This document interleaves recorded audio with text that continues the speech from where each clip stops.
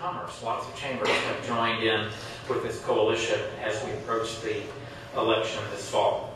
Prior to the founding of the coalition, Heather served as Chief of Staff for former State Senator Kip Everett, post she won after managing his successful Senate campaign in 2002. She also helped design the natural resources related initiatives that led to Senator Everett's appointment as chairman of the Senate Committee on Natural Resources, and she helped the senator leverage his role on the Senate Finance Committee to include in the state's budget the two largest state water plant investments in Texas history. She has a BA in Communications from the University of Texas at Austin and an MA in Communications from the former Southwest Texas State University. I still call it that anyway. Well, please help me welcome Ms. Heather Harper.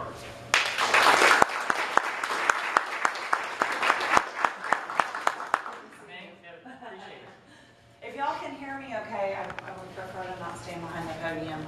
Can y'all hear me in the back? Yes. Great. Thank you for your patience in my getting here. I am a stereotypical female driver, and 35 West goes both north and south.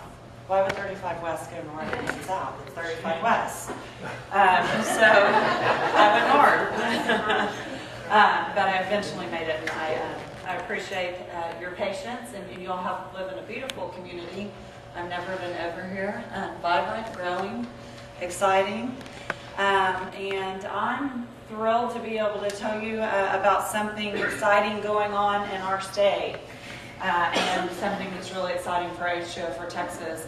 I don't want to spend too much time on the organization, except to tell you that the H2O for Texas Coalition was formed following my former boss, Senator Everett's resignation from the Senate, and it was formed with a single mission, very laser-focused mission, and that is achieving full implementation of our Texas State Water Plan through a dedicated source of revenue. And over the last few years, our state finds itself in that position, which is exciting for the coalition, but more importantly, very, very exciting for the state of Texas. So I would like to tell you a little bit about how we got to where we are today in Texas with respect to implementing the state water plan, and then really spend the remainder of our time together talking about how important the next, not quite 30, but a little over 21 days are as we approach the November 5th general election and Proposition 6 being on the ballot. So if you'll indulge me for just a moment, I want to take you all back to 1997. In 1997, the Texas legislature passed what has been heralded as the water bill. The passage of Senate Bill 1 restructured how we plan to meet water needs in this state, both today and on a 50-year planning horizon.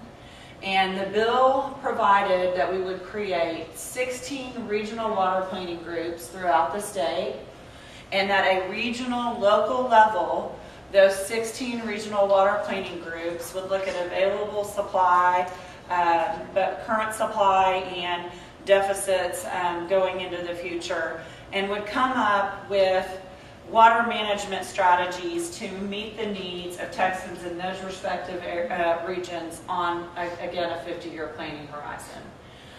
One of the beauties of the Senate Bill 1 process was that it recognized that really with respect to any issue facing the state of Texas, but most definitely with respect to water policy, there's not a silver bullet. There's not one size shoe that fits all because of all the things that make Texas great. And that's our climatic diversity, our geographic diversity, our growing population, and in this case, most importantly, the diversity of available water supply. In West Texas, they're almost solely dependent on groundwater, whereas in East Texas, we're really surface water rich. Up and down the I-35 corridor, Y'all have some surface water and groundwater resources, but that's where we see all the growth happening. And so, not all of it, but a tremendous amount of the growth in our state happening. And therefore, the need for water infrastructure and supply to keep up with that growth. Then you go to the south, and you find our great state surrounded by seawater. So to think that there would be one solution to satisfy all the water needs in the state would be short-sighted, which Senate Bill 1 was not. So these 16 regional water planning groups came together, put together locally crafted and drafted regional plans that were then compiled into what you'll be hearing a whole lot about, which is the Texas State Water Plan. And while it is the State Water Plan, I think it's important to always be mindful that that plan originated at the local level. And that process, that Senate Bill 1 locally driven, bottom-up process has been nationally acclaimed. A number of other states have modeled their water planning process after Texas. Senate Bill 1 and our water planning process is something that Texans should all be really proud of. But do you all remember what year I said that commenced? 1997. 16 going on 17 years ago. Almost 2 decades. So we've got this stellar state water plan, but unless we implement that plan, it's worth nothing more than the blood, sweat, and tears, time, money that went into it, and the very beautiful pictures that are contained within the plan. And so that has been the mission of H2O for Texas Coalition. It is an issue that almost every single legislature since 1997 has grappled with and attempted to advance. But it was not until the 83rd legislature in 2013 that they advanced the ball. And before I go any further to tell you about where we stand today, I do think I would be remiss if I did not stop and say we owe the 83rd legislature a debt of gratitude. They're to be commended for their vision and bold leadership, because again, Texas has struggled with this issue for almost 2 decades. And this legislature stepped up and passed a historic, creative, business-minded package of water plan financing legislation. So when you see your state elected officials, please shake their hand and pat them on their back for the opportunity that they've provided you locally and our whole state. It was really tremendous work. But that's the good news. The bad news, or the uncertain news, is that all of their work hinges on the people of the state of Texas stepping up, going forward, and endorsing their vision by voting yes on Proposition 6. So the ball is now in our court as Texans to get energized, get excited, and vote early, and take 5 to 10 people with you to vote early. As you all may be aware, early voting starts next Monday, so that's less than a week away on October 21st. So we are all in full gear trying to get the energy level up. Again, this is a historic and exciting opportunity for Texas. Before I get into the details of Proposition 6, I do want to say, and I'm not trying to be negative or downer, but I really, really fear that if we don't advance this initiative in November, that Texas could be another 2 decades in waiting.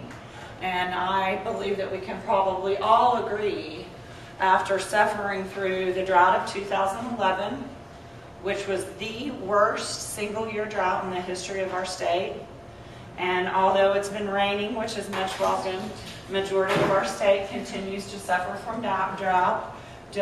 We have not even gotten close to replenishing our reservoirs through this blessed rain. So I don't want that to be a deterrent to anyone. It's exciting and welcome, but it certainly hasn't solved all of our problems. And I want you all to stay motivated that we really got to get this done now, because if there's one thing that our state cannot afford to wait on for another 2 decades, it's implementing new sources of water for our great state and the Texans of today and tomorrow. I think that it's important to understand a little bit about what Proposition 6 does do and what it doesn't do. We're going to want to ask you to vote on it, vote yes for it, but then also communicate with your friends, family, colleagues, neighbors about the importance of Proposition 6 and what it does and doesn't do. You know, the exciting thing about where we are in Texas today is we've reached a point where the state has a much better appreciation for water, our limited supplies, and our need to develop supplies into the future. So the issue and the need for education about water is really not the issue today. That has changed, but that's been a long time in coming in and of itself, especially for folks that live in the I-35 region, because you turn on the tap and I bet the waters always come on. So that can sometimes be misleading or allow us to push that issue on down the road. So the good news is there is an appreciation today amongst Texans about the importance of water. The challenge has been and will remain, as you're talking to folks between now and November 5th, that this is not just about water, it's about implementing the state water plan. And implementation is really the politically correct term for funding, paying for it. So this is really about money as much as it is about water. And so because we are making an investment of Texas fiscal resources, I would like to talk a little bit about that aspect of the proposition. One of the really amazing and forward-thinking pieces of the legislative package that passed the legislature is that they came up with a solution that would allow the state to make a one-time investment of state fiscal resources that would address a long-term critical need facing the state, and one that would provide water for generations. Our tagline has been one-time investment, water for generations, and I think that's kind of, you know, a good bow to tie around the initiative. I worked in the legislature for close to 2 decades, and I have never seen the legislature come forward with a solution that through a one-time mechanism will solve a long-term critical need. It's not going to solve every single water issue that we have, but it is going to advance our state water plan for the first time, again, in almost 2 decades. So that's sort of the backdrop to the 3 things that I want you all to take away when you're talking about the financing package associated with Prop 6. And the first one is that if you voters, every one of you, approve Proposition 6, you're going to allow the state to create 2 constitutionally dedicated and established funds, the SWIFT and the SWIRFT. What you won't see on the ballot language, which is provided here on the handouts that I provided for you, it's in the top right corner. What you won't see is that if you approve those 2 funds, what's happening over here on as a result of the bills that passed, the legislation that passed the legislature, is that your vote of approval is triggering a whole lot of things that were in that legislation. If we approve Prop 6, many things are then going to take effect and go forward, including a transfer of $2 billion from the state's rainy day fund over to these 2 newly created constitutionally dedicated accounts. Okay?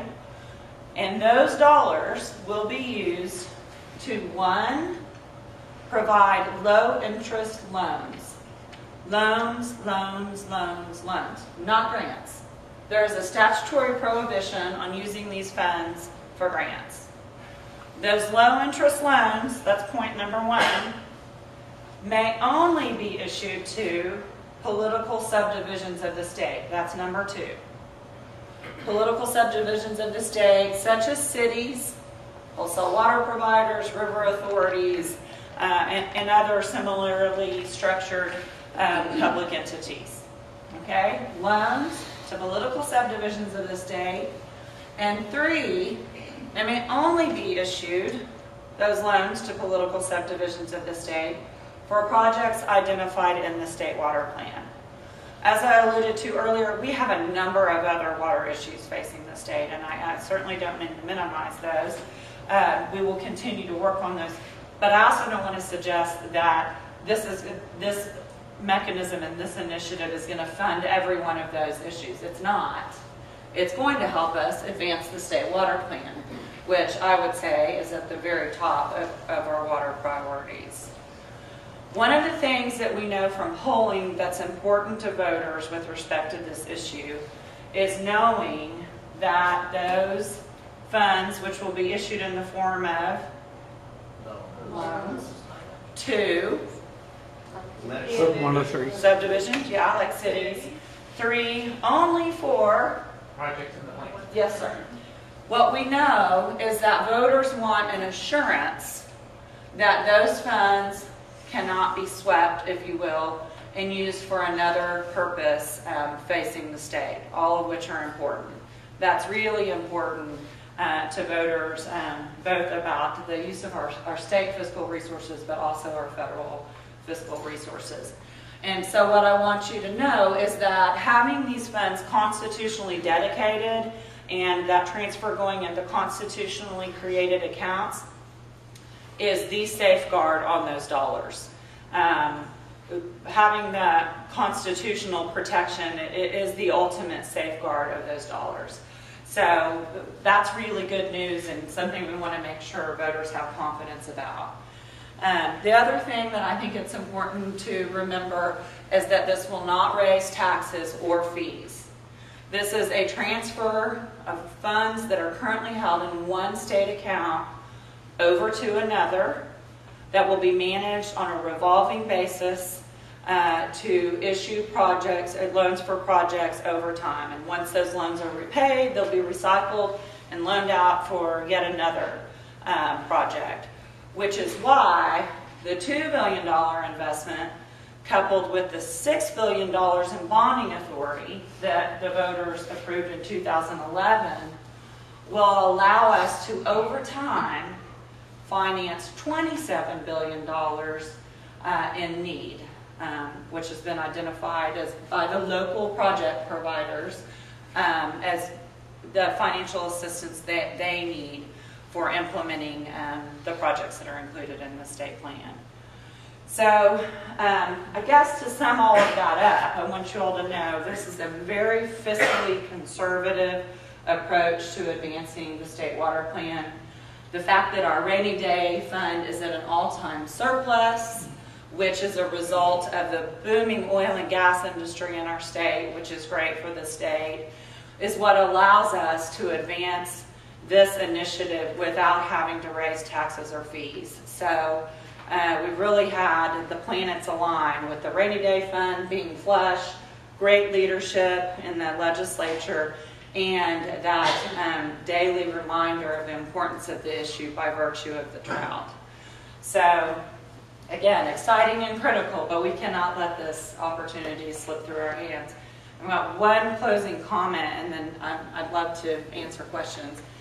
And that is, the bad news about constitutional amendment elections is that they're very low turnout. The good news is that what we also know about constitutional amendment elections is that the folks that vote in them look just like y'all.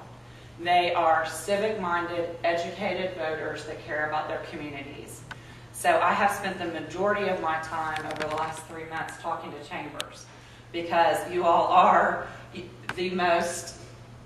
you are the profile of voters that will determine the outcome of this election. So I want to partner with you, get you excited about this, and talk about ways that you can engage and help, because I am not exaggerating when I'm telling you that you stand, everybody in this room, and by virtue of communication when you leave this room, to have a meaningful, empirical difference on the outcome of this election. This is truly my last comment. You all may know Chairman Troy Frazier is a state senator from Horseshoe Bay. I don't know if that rings a bell, but he carried this legislation in the Senate and is a co-chair of our campaign effort. And when he's been speaking around the state, including on TV just last night in Austin, he says this is the single most important vote that you will cast in your lifetime. And I've tried to echo that sentiment because I believe it to be true. One, it's my passion and what I do all day, every day. But I also truly believe and know that this is a vote that you will cast that will impact Texans both today and for generations to come. This is something that you can say as a voter of the state of Texas you did for your children and your grandchildren and their children. So with that, I thank you for your attention. Love to talk about how you all can get involved, and I would be humbled to answer your question. Can you come up with a couple of specifics for our area? We really do have a water problem about our lakes. What's included? Do you know which ones? The Metroplex is exciting because everybody wants to move here to live, work, and play. But with that, y'all really embody the challenges associated with such growth. This region, although you're not limited to just this region, as you all may have read and know, really needs the development of new reservoirs. So there are a number of reservoirs that are identified in the plan that would benefit the Dallas-Fort Worth Metroplex. Marvin Nichols, Lake Ralph Hall, which is actually moving in an exciting direction as of the last month. But that's not to say that those are the only types of projects. They are very critical for this region. I can't think of an area of the state where the development of reservoirs is more critical, especially with the ruling on the transfer of water from Oklahoma. So y'all really need that. But what you're also doing at the local level and that the water plan includes is you've also taken tremendous steps in terms of conservation and reuse. Another really valuable tool for this region. And I know conservation, when it comes down to not getting to water and things like that, that's not very fun, but conservation is the best dollar for dollar investment. And it's still, if you will, the cheapest water, and it's something that we can all do as individuals. So y'all see a lot of reuse up here as well. But you definitely need a new supply. So, which is the good news, because that means your area is booming. But it also, reservoirs happen to be costly, timely, and controversial. So that's the challenge there as well. Yes, sir. You say funds are going to be moved from one account to another account. Yes, sir. Where are the funds coming from? The rainy day fund, around 97% of the rainy day fund consists of severance taxes on oil and gas production. So it is a result of the oil and gas boom in our state that the rainy day fund happens to be in a surplus status. And so we have the opportunity to invest what the benefit that the state's reaping from that economic growth into water infrastructure. And the oil and gas community has been very supportive of some of our strongest partners in this initiative and using the severance tax, although they don't really get to make the decision, but it's still, I think, important to know that they believe that that's a good investment of the rainy day fund, and they see it being something that will benefit the whole state from an economic development perspective. Heather, I'm sorry, did you say it was 2 million or 2 billion? Billion. Yeah, the overall cost of the 2012 state water plan is $53 billion. Big dollars. Of that $53 billion, those local project sponsors that I referenced earlier have said for about half of that, to the tune of $27 billion, they need financial assistance from the state. For the other half, they're doing on their own by going to the markets on their own, or whatever the case may be. So there's still a lot of local effort that goes into financing these projects. Yes, sir. There's so many things to cover in this. I know. I'm going to isolate it just a little bit. I understand that in this last legislative session that there were actually 9 bills passed related to water. Are they all involved in this, or are we just talking about 2 of those 9? I do not know that I could say that there were only 9 related to water. What I can tell you, and I would have known that when I worked on the Natural Resources Committee. Now, my tunnel vision, I can only tell you about 3. There were 2 bills that passed, HB 4 and HB 1025, and then there was another vehicle, which was SJR 1, that also passed. Those are all considered a legislative package, but an SJR is a Senate Joint Resolution, and a JR means an amendment to the Constitution. The difference about one of the really significant differences between a JR and a bill, a joint resolution and a bill, is that bills move from one chamber, whatever the chamber of origin is, in this case we'll take the House, moves from the House through the Senate and then goes to the governor for either a veto or a signature. A joint resolution, in this case we'll take a Senate joint resolution, moves from the Senate through the House and never sees the governor. It then goes to you for approval by virtue of a proposition on a general election ballot. But the origin of Proposition 6 is Senate Joint Resolution 1. So you really see a lot of vetting when you do a constitutional amendment. It's got to make it through the legislative process, and then it's got to make it through the approval of the voters, which I would argue a constitutional amendment should rise to that bar.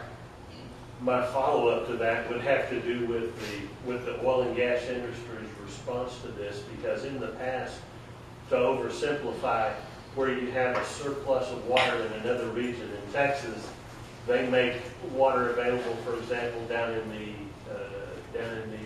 Eagle Ford, for example.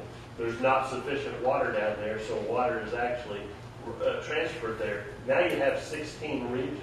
Does that mean that that transfer won't take place any longer? No, the 16 regions have been there and the transfers have happened. This is actually a pretty complicated question, but one that's also near and dear to my heart. Our state has not reached the place where our culture and our statutes allow for expedient transfer of water between river basins of the state. So I would say that transfer of water you're making it sound a lot easier than it is, because it's probably happening within a basin. One of the next challenges is we're going to have to look at the water-rich areas of the state and our willingness to move water perhaps from East Texas to West Texas or into the Metroplex. Right now, that is highly sensitive politically, and there are statutory barriers that make it almost impossible. Not completely impossible, but very, very challenging. So that's the next big hurdle. But within a basin, yes, there is some movement, but any movement of water is expensive because you got to have a pipeline to move it, and pipelines are not cheap. So, one quick one. You would think that everybody thinks that water planning is good. So do you see some challenges or some opposition factors that put this proposition at risk? Yes, I thought that's where you were going. We expect and are already starting to see that the opposition will mirror that which we saw during the legislative session. The opposition doesn't seem to be, incredibly well funded. I don't know if there will be a paid media campaign, but the opposition's very good at the grassroots level, and we've definitely seen that. And again, the opposition is not opposed to water. It's going to come back to the money. And there are some folks that don't think we should spend on our rainy day fund at all. The good news is that in the last couple of weeks, we found that the rainy day fund is even higher than we anticipated, and therefore it's going to roll into GR anyway. It's not going to stay in that account. So that's one of the concerns. It's kind of the opposition's also limited growth, limited government, and those other concerns that I talked about, which is, can these funds be used for something else? Are we making a rainy day fund investment in perpetuity? And when it comes down to those arguments, I feel like we are on the right side of the issue, and I will debate it 6 ways to Sunday. We're making a one-time investment, and those dollars are as protected to go for the intended use as they possibly can be. So I think with education, the opposition can be addressed. Now, if this isn't clear to you all, I've really failed, and I'm pretty confident that it's clear. The opposition's message is a whole lot easier to roll into a soundbite than what I just did. So that's always a fear. They can do it in one sentence. I've just spent 20 to 30 minutes probably confusing all the pieces, One second. Yes, I'm sorry. That's all right. So for the rural parts of our state, which are really the ones who are going to suffer the most, if they don't have plans in place or mechanisms to generate water, are those going to be governed by county governmental efforts? No, there's still the region. Every area of the state still falls into a regional water planning group. Okay. Local governments are involved in that process for sure. One thing that I did mention is that in the legislation, it provides for a prioritization of 10% of the dollars for the rural areas of the state. The rural areas of the state feel like all the money is going to go into the urban areas of the state. The urban areas of the state feel like they don't need it. They're going to be subsidizing the rural areas of the state. This is an age-old debate. We see it in education, so on and so forth. That's why that 10% is in there to strike that delicate balance. From the urban perspective, we've made sure that the financing mechanisms are ones that would be attractive to urban areas as well as rural. We know that really the opportunity to finance just on its face is more attractive to a rural area. The opportunity to finance with loan enhancements is something that's necessary for an urban area. So 10% prioritization for rural areas of the state, and a 20% prioritization for conservation and reuse projects, which is also a huge culture change and shift in this state. But I think it's exciting. Yes, Anna? I think mine's going to be too convoluted, so I'll research some more, and if I don't have the answer, I'll Okay, let you know. and you have my email? Okay, great. That would be great. I was just going to say that lots of things that we do now is transfer from Facebook. You get a lot of people interested in that, and I've heard about this, that, and also just from our broker who's gone into some of those and realized some of these things. In order for us to get more information other than just what you told us, because you can only tell us so much in a small amount of time, does your website give better information and kind of show what it's always going to show pros and cons, but what the true pros are for, because I think everyone believes that water is so important, it's just how to get there is how we always, have differences of opinion. I believe that our Prop 6 website is very informative. I would also encourage you all to look at our coalition website, which is www.h2ofortexas.org, because that organization has spent 3 years developing tools solely related to education about the state water plan.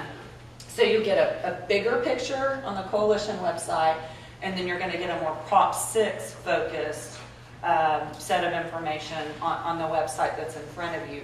But we've tried to provide meaningful information on both. We have an FAQ that's up there right now. I literally am in the process of revising it because of questions that I'm getting from audiences like this. And in the next 24 to 48 hours, that will be revised prior to early voting. And both sites link to the state water plan, where you can find more information than you can possibly imagine. But they also really break it down into good summaries. Yes, sir. Well, on the loans to the local level, by local, we're not talking about the municipality level. By Yes, sir. local, we're talking about regional and/or municipal. We're talking about we're going local. So the regional water planning groups get together and come up with the strategies for that area.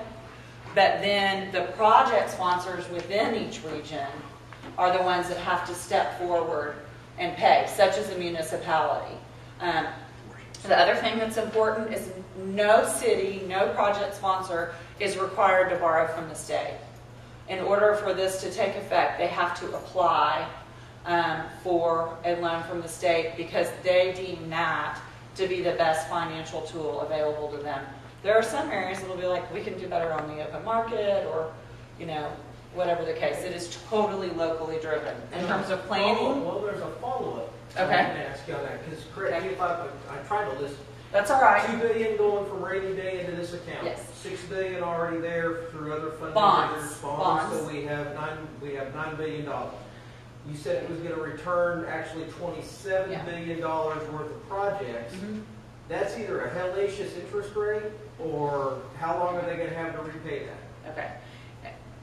This is one of the biggest challenges, is one, to talk about the $6 billion in bonding authority, the state's bonding authority, and a $2 billion deposit from the rainy day fund. To put those together and call that $8 billion is very dangerous, because those are two very, very different financial tools.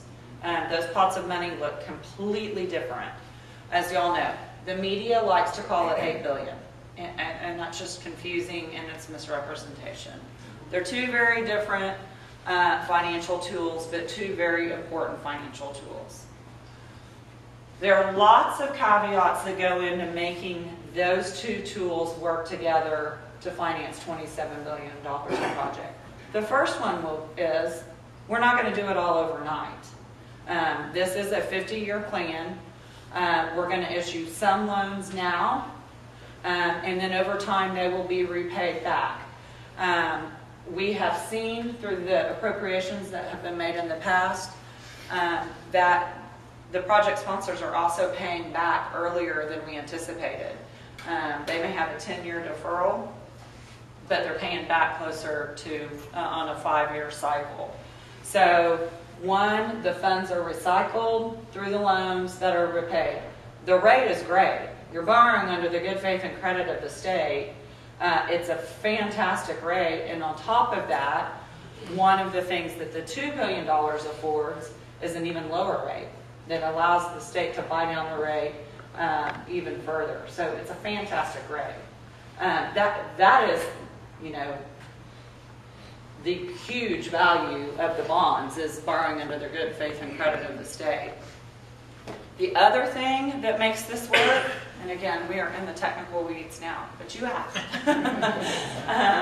is that under the rainy day fund, those funds that when they're in the rainy day fund have certain constraints with respect to investments because they are savings account.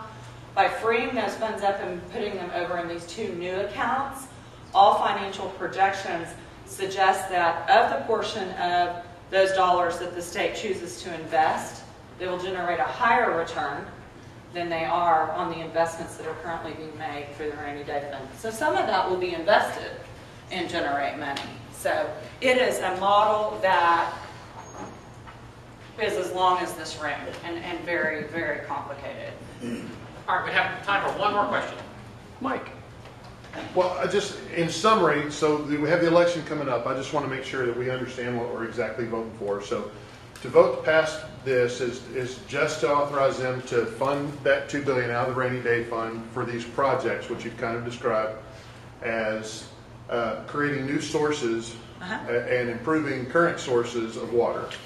More on the creating the new Yes, sources. correct. Right? You have to be able to approve a new source, yes. And the fund it's coming out of is not going to result in a tax increase. Correct.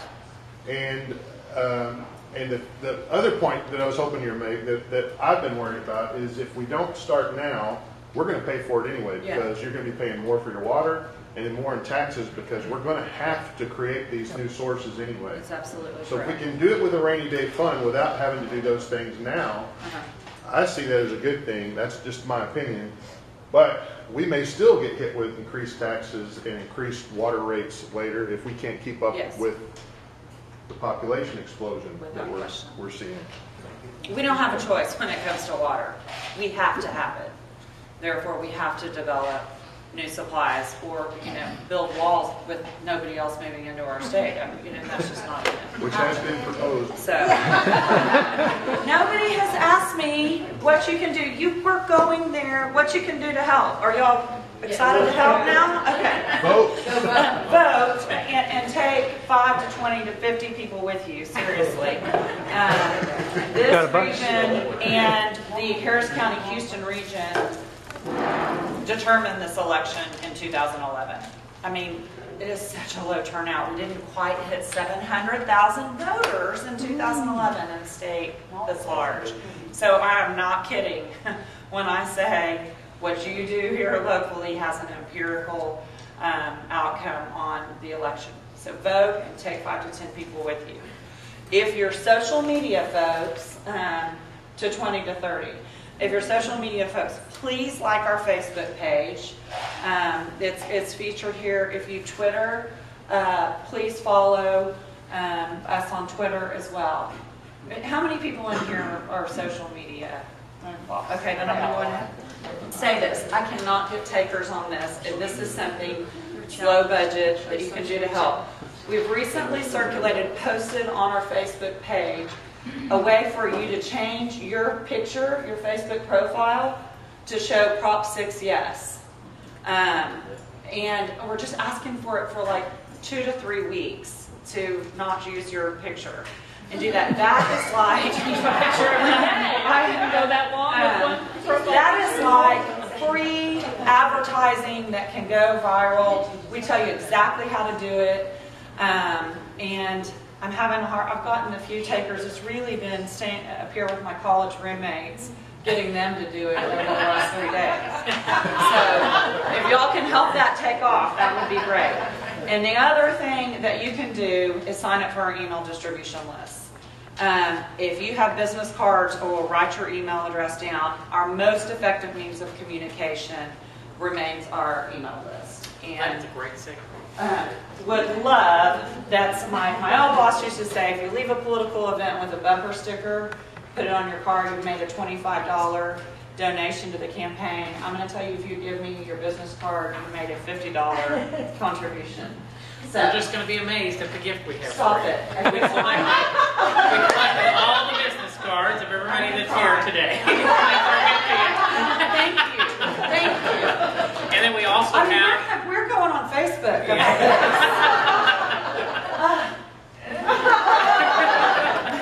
We love that. So, and we also have a, from our local Albertsons, a Northwest Tarrant Chamber of Commerce cookie. That's awesome. Thank you all. Thank you.